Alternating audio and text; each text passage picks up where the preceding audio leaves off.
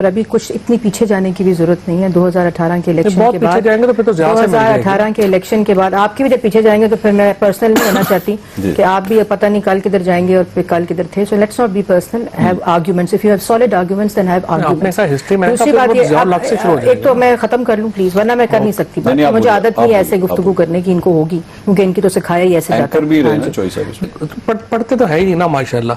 PMLN में peoples party में ये तो एक बड़ी है ना, चवल ना मारना आज नहीं लिंकन एयरपोर्ट का मुझे और उसके बाद जो है आप देखिए मंसूर, पहले तो इस प्रोग्राम के कोई आदाब होने चाहिए। नहीं आप बोलिए, क्योंकि मेरी आदत नहीं है आप बोलिए। Thank you Fawad, is that okay? नहीं आप बोलिए, बोली जा रही है, ऊपर से मुझे कही जा रही है, मैंने बीच में बोली, एक तो बोली जा रही है। आदत पूछ लो, अकल की बात ना सुनना, चाहे बात में हो चाहे एंड पे हो, सुन लिया करो। मैंने बोल लिया, लोग देख रहे हैं थोड़ी बहुत। चले दूसरी बात ये कि इनसे ये पूछिए, ये बस ये गुफ्तगू है, कोई नैरेटिव नहीं है। और कारकर्दगी जो है, कारकर्दगी सिफर है, जिसकी वजह से ये एटीट्यूड है। सच का बोला था। अभी गुफ्तगू चेक करें। नहीं आगे चलाओ। मंसूर के कहने का मतलब यह है कि आपने मंसूर के कहने का मतलब ये है कि आपने काफी, क्या वाकई नवाज शरीफ साहब बीमार थे या नहीं थे? मरियम औरंगजेब साहबा भी आज यहाँ पे मौजूद है, बड़ा क्लोजली उनकी बीमारी के दौरान वहां पे मौजूद भी थी, तीमारदारी करती थी, उनको सारी अपडेट्स पता है। देखिए बात यह है कि मेरा तो इशू नहीं है कि वो बीमार थे या नहीं थे, और यकीनी तौर के ऊपर अगर PMLN कह रही है, फैमिली कह रही है वो बीमार थे तो बीमार होंगे। अच्छा, मेरा पॉइंट ऑफ व्यू तो सिर्फ ये था कि अगर वो बीमार हैं तो उनके साथ वही सलूक करें ना जो बाकी बीमारों के साथ हो रहा है। ठीक है, सिर्फ इशू ये है कि आप जब बाहर भेजते हैं इस तरह से एक करके, एक सिंगल आउट करके, तो फिर जब आपका जो आर्टिकल 4 है, आर्टिकल 25 है, एक पाकिस्तान एक कानून, ये सारा नैरेटिव फिर आपका उसमें मुतासर होता है। अच्छा, सो मेरा तो पोजीशन जो थी वो कैबिनेट में भी यही थी, वो बाहर भी यही थी, और इसकी वजह से मुझे लगता है कि पाकिस्तान में नुकसान हुआ है। आपने कहा वो वापस नहीं आएंगे? मुझे नहीं लगता, जब तक कि कोई मामला उनके फेवरेबल एक सेटअप ना हो जाए, वो ना हो, वापस नहीं आएंगे। अभी भी नहीं लगता? अभी भी नहीं लगता। मरियम साहब आएंगे वापस? देखिए, ये उस शख्स के बारे में कहा जा रहा है, उसकी तारीख देखना बड़ा इंपॉर्टेंट है, और अभी कुछ इतनी पीछे जाने की भी जरूरत नहीं है। 2018 के इलेक्शन के बाद जाएंगे तो फिर तो 2018 के इलेक्शन के बाद आपके भी जब पीछे जाएंगे तो फिर मैं पर्सनल नहीं होना चाहती कि आप भी पता नहीं कल किधर जाएंगे और फिर कल किधर थे। So let's not be personal, have arguments. If you have solid arguments then have arguments. दूसरी बात ये, एक तो मैं खत्म कर लूं प्लीज, वरना मैं कर नहीं सकती बात। मुझे आदत नहीं है ऐसे गुफ्तगू करने की, इनको होगी क्योंकि इनकी तो सिखाया ही ऐसे जाता है। दूसरा ये, जो भी रहे हैं, लेकिन एक होना चाहिए डेकोरम ऑफ एनी कॉन्वर्सेशन। दूसरी बात यह है, कभी 50 रुपए का हेलीकॉप्टर उड़ जाता है, कभी प्राइम मिनिस्टर 55 रुपए का, सॉरी 5 रुपए, मैंने 55 रुपए का, और वो भी इनका तखलीक किया मुझे साथ में, राइट्स उनके रिजर्व, 5 रुपए का हेलीकॉप्टर चल जाता है। कभी चीप गिमिक्स के लिए ये वजीर आजम हाउस यूनिवर्सिटी बन जाता है। जो दो बातें इन्होंने की, एक तो 55 रुपए का हेलीकॉप्टर, मैं आपसे पढ़ते तो है ही ना माशाल्लाह। PMLN में पीपल्स पार्टी में ये तो एक बड़ी है ना। अभी आप देखिए उबर ने हेलीकॉप्टर सर्विस शुरू की है न्यूयॉर्क से लिंकन एयरपोर्ट। चवल ना मारना आज नहीं, लिंकन एयरपोर्ट का मुझे और उसके बाद जो है आप देखिए कि उस हेलीकॉप्टर की उन्होंने क्या प्राइस रखी है। हाँ, उसकी उन्होंने $200 रखी है। आप उसको देख लें वो कितने का बनता है।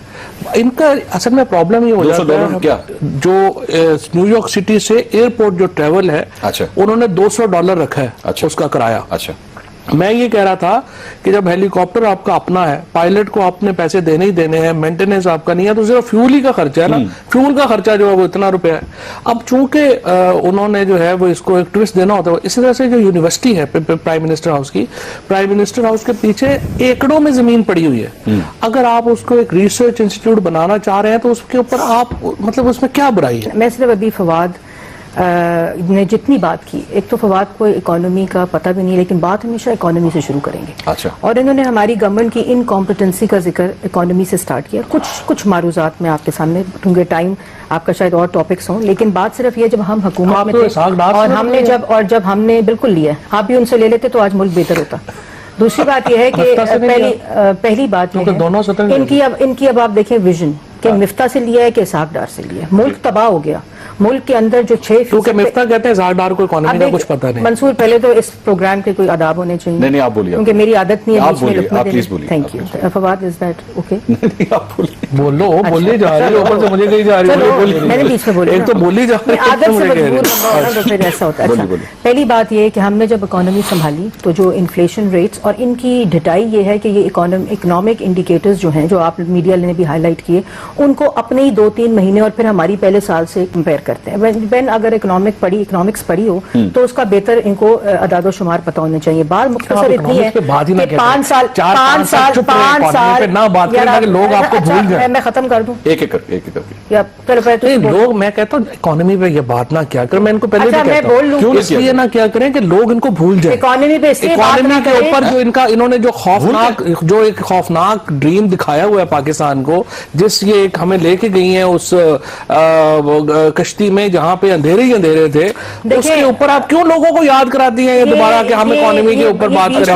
आप बोले, अब पहले पूछ रहे हैं। नहीं वो बोलिए उन्होंने बोल लिया। फिर पूछ रहे हैं। अकल की बात ना सुनना, चाहे बात में हो चाहे एंड में हो, सुन लिया करो। मैंने बोल लिया। लोग देख रहे हैं अच्छा, कि थोड़ी बहुत चले बोले आप दोनों काबिल एहतराम है। देखिए अब मेरी आप दोनों से एक उसके सामने रिक्वेस्ट है। आखिर में खत्म। उसके बाद जो इन्फ्लेशन है, महंगाई है, बेरोजगारी है, इन्होंने शुरू आप दोनों से किया। नहीं, इन्होंने शुरू की। Let me finish. ये नहीं हो सकता कि ये झूठ बोले, आवाम को गुमराह करे and I can let that go. इससे क्या दूसरी बात ये कि दूसरी बात ये कि इनसे ये पूछिए, ये बस ये गुफ्तगू है, कोई नैरेटिव नहीं है। और कारकर्दगी जो है, कारकर्दगी सिफर है, जिसकी वजह से ये एटीट्यूड है। सच का बोला था। अभी गुफ्तगू चेक करें। दूसरी बात इकोनॉमिक, जो हमने भी IMF सर्विसिंग की, हमने IMF को रोल आउट किया, हमने IMF को खत्म किया। इन्होंने कहा खुदकुशी कर लेंगे, IMF नहीं जाएंगे। IMF जाकर पूरा IMF यहाँ रिक्रूट किया। खुद कह दिया हफीज शेख साहब ने कि हम लोगों ने जो स्टेट बैंक के गवर्नर लगाए, IMF के कैबिनेट लगाए। नहीं ऐसे नहीं। क्यों ऐसे? क्योंकि पता है ना लोगों को झूठ बोलने नहीं, झूठ आप बोल रहे हैं, झूठ आप बोल रहे हैं। और मुस्कुरा के झूठ बोलने की और ये इस तरह की नहीं। अदादो शुमार स्टेट बैंक के, तो इसका ये मतलब नहीं आता। मंसूर के कहने का मतलब यह है कि आपने मंसूर के कहने का मतलब यह है कि आपने काफी अब आप चुप कर जाए। मेरा क्वेश्चन ये है, अवाम की बात किया करें।